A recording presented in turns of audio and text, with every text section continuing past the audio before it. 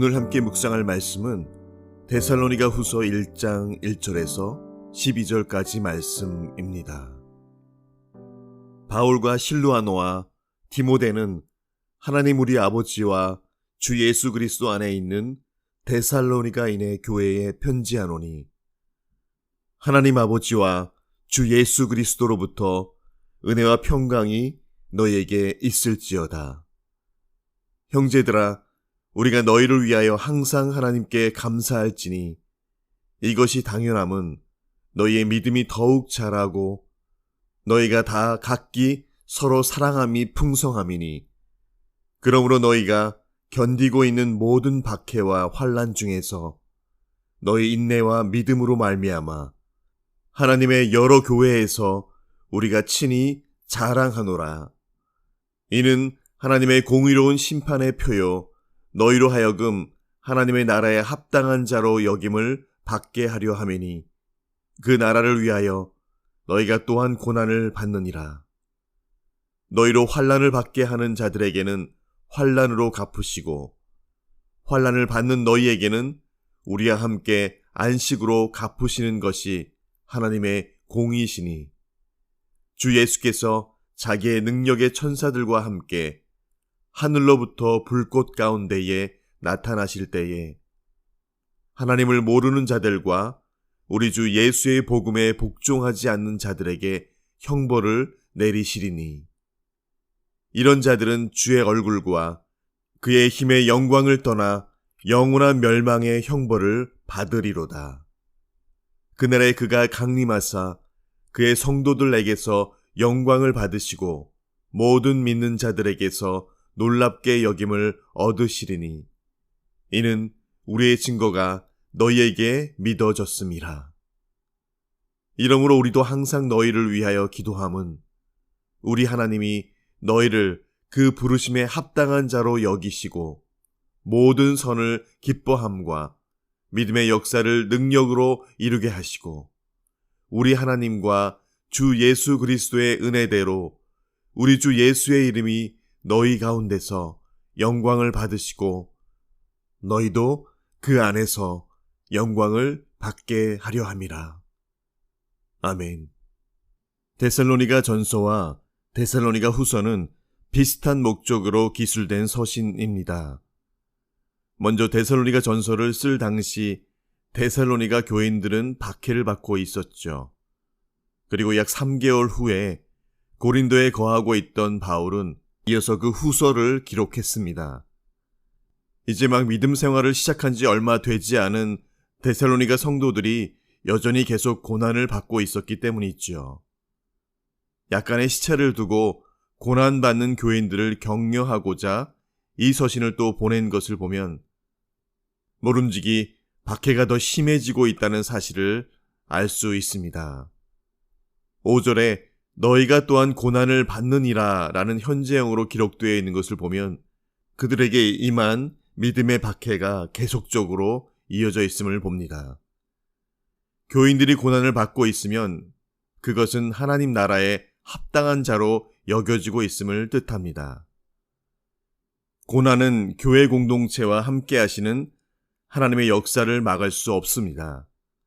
그럼에도 불구하고 바울은 편지하면서 여전히 하나님의 은혜와 평강을 빌며 감사로 편지하고 있는 것을 봅니다. 바울의 감사 제목은 그들의 믿음이 더욱 자라는 것과 서로를 향한 사랑이 더욱 풍성해지고 있다는 것에 그들에게 감사하고 있다고 표현합니다.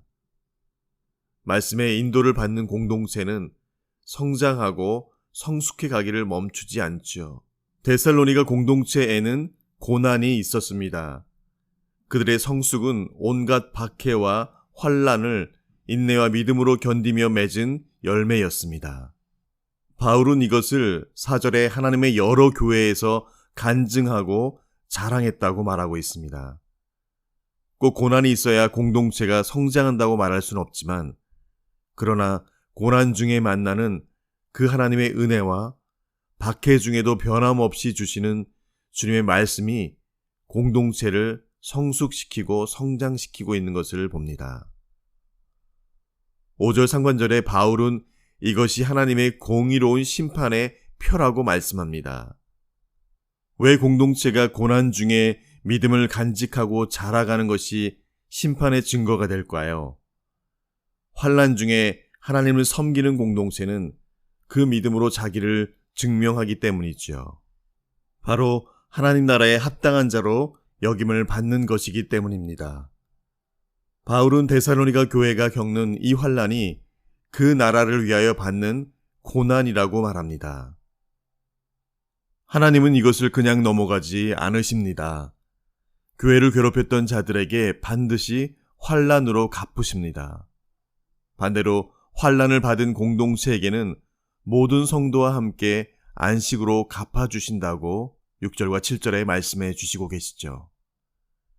이 심판을 강조하는 바울의 모습은 데살로니가 성도들이 받았던 고난이 얼마나 극심했는지를 우리에게 알려주고 있습니다. 그러나 주의 심판의 날에 복음에 순종하지 않은 자들은 주님의 얼굴과 그 권능의 영광에서 떨어져 나가 영원히 멸망할 것이라고 바울은 분명히 천명합니다.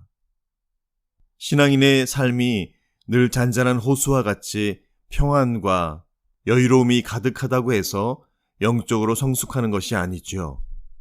오히려 참된 신앙은 고난과 환난 가운데 더욱 빛나고 영광되게 만드시는 하나님의 일하심을 우리는 목도합니다. 그래서 성도의 믿음은 고난을 이기는 능력이 됩니다.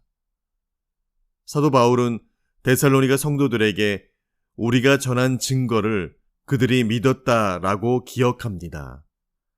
이미 믿기에 그날을 기다릴 수 있다라고 10절은 말합니다. 공동체는 함께 말씀을 믿는 믿음으로 그 현재의 고난을 이기며 나가게 되는 것이죠. 11절에 바울은 그래서 이렇게 기도합니다. 이러므로 우리도 항상 너희를 위하여 기도함은 우리 하나님이 너희를 그 부르심에 합당한 자로 여기시고 모든 선을 기뻐함과 믿음의 역사를 능력으로 이루게 하시고. 바울은 기도합니다. 하나님의 부르심에 합당한 공동체가 되도록, 그리고 그들이 하나님의 능력으로 모든 선한 뜻과 믿음의 역사를 이루어 주시도록 그렇게 그들을 위해 간구합니다. 교회가 함께 선한 뜻을 추구하고 믿음의 행위를 지속해 나가는 것은 사람의 열심과 지혜가 아닌 바로 하나님의 능력으로부터 비롯되는 것임을 바울은 그들을 위해 기도하며 그들에게 그렇게 가르쳐주고 있는 것이죠. 하나님의 능력을 통해 공동체가 성숙해 가는 것이 드러나면 공동체 안에서 주 예수님의 이름이 영광을 받으실 것이고 그것은 또한 성도가 그리스도 안에서 받는 영광이 되는 것이죠. 주님께서 마땅히 받으셔야 하는 이러한 영광을 간절히 사모하는 것이 이 땅에서 살아가는 성도의 또 다른 바른 자세이지요. 그러므로 성도는 더 이상 자신을 위해 살지 않고 오직 주께서 받으실 영광을 위해 살아야 하는 것입니다. 그렇다면 우리가 어떤 삶을 살아야 하나님의 영광을 받으실 수 있을까요? 먼저 우리가 그리스도의 형상으로 변화되어야 하는 것이죠. 우리 성품 속에 성령의 열매가 현저하게 나타나는 삶을 살아야 하는 것입니다. 허물과 죄로 죽어 있던 죄인들에게서 그리스도의 형상이 드러나고 성령의 열매가 맺힐 때에 하나님이 우리를 통해 영광을 받으시게 되는 것이죠. 주께서 이 땅에 다시 오실 때 우리가 그리스도의 형상을 닮아가는 과정이 완성될 것이고 성령의 열매 역시 그때에 온전히 맺히게 될 것입니다. 그러므로 우리는 이 소망을 품고 우리를 성도로 부르신 하나님께 합당한 삶을 통하여 영광을 돌리는 삶을 살아드려야 하는 것이지요. 환난과 고난과 역경에는 끝이 있습니다. 그것은 결단코 영원하지 않지요. 믿는 성도들에게는 주님이 다시 오시는 그날이 약속되어 있기 때문입니다. 그러므로 우리는 이 소망을 붙잡고 고난 속에서도 절망하거나 낙심하지 말아야 할 것이죠.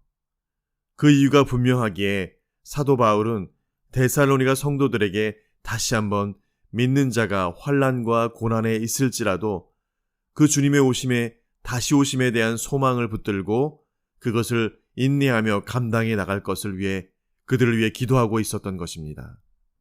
믿는 자들 앞에 놓여진 고난과 시련과 역경과 환난은 주님의 공동체와 우리 각 개인의 믿음의 성숙을 결단코 막을 수 없습니다. 오히려 고난 중에 하나님의 능력이 더욱 크게 드러나기 때문이죠.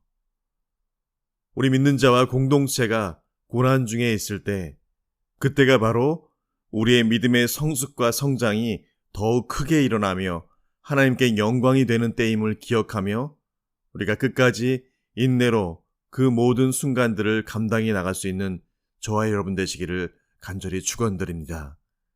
이 아침에도 주신 말씀 기억하며 함께 기도하시겠습니다. 생각건대 현재의 고난은 장차 우리에게 나타날 영광과 좋게 비교할 수 없도다. 그러므로 우리가 믿음으로 의롭다 하심을 얻었은즉 우리 주 예수 그리스도로 말미암아 하나님으로 더불어 화평을 누리자. 또한 그로 말미암아 우리가 믿음으로 서 있는 이 은혜에 들어감을 얻었으며 하나님의 영광을 바라고 즐거워하느니라. 다만 이뿐 아니라 우리가 환난 중에도 즐거워하나니 이는 환난은 인내를, 인내는 연단을, 연단은 소망을 이루는 줄 알미로다. 아멘. 아버지 하나님, 주님 다시 오시는 날이 모든 존재하는 만물 가운데 심판의 날로 오는 것이 분명하지만 그러나 우리 믿는 자들에게는 그날이 위로의 날이고 기쁨의 날이고 영광의 날인 것을 기억할 때에 이 환난과 고난과 역경의 과정, 믿는 자들이 겪어야 하고 겪을 수밖에 없는 이 과정들이 결단코 마이너스가 아니고 결단코 바닥으로 곤두박질 쳐지는 그런 것이 아니라 이것이 믿음의 근육이 되어서 우리를 더욱 성숙하게 하고 믿음의 장성한 분량에 이르게 하시는 것임을 기억하며 그래서 끝까지 주 오실 날을 예배하는 자들로 성령 안에서 의연함과 담대함으로 분투하는 그런 저희 모두가 다 되게 하여 주시옵소서. 오늘도 십자가에서 그 싸움을 이기신 우리 주 예수님의 이름으로 기도합니다. 아멘.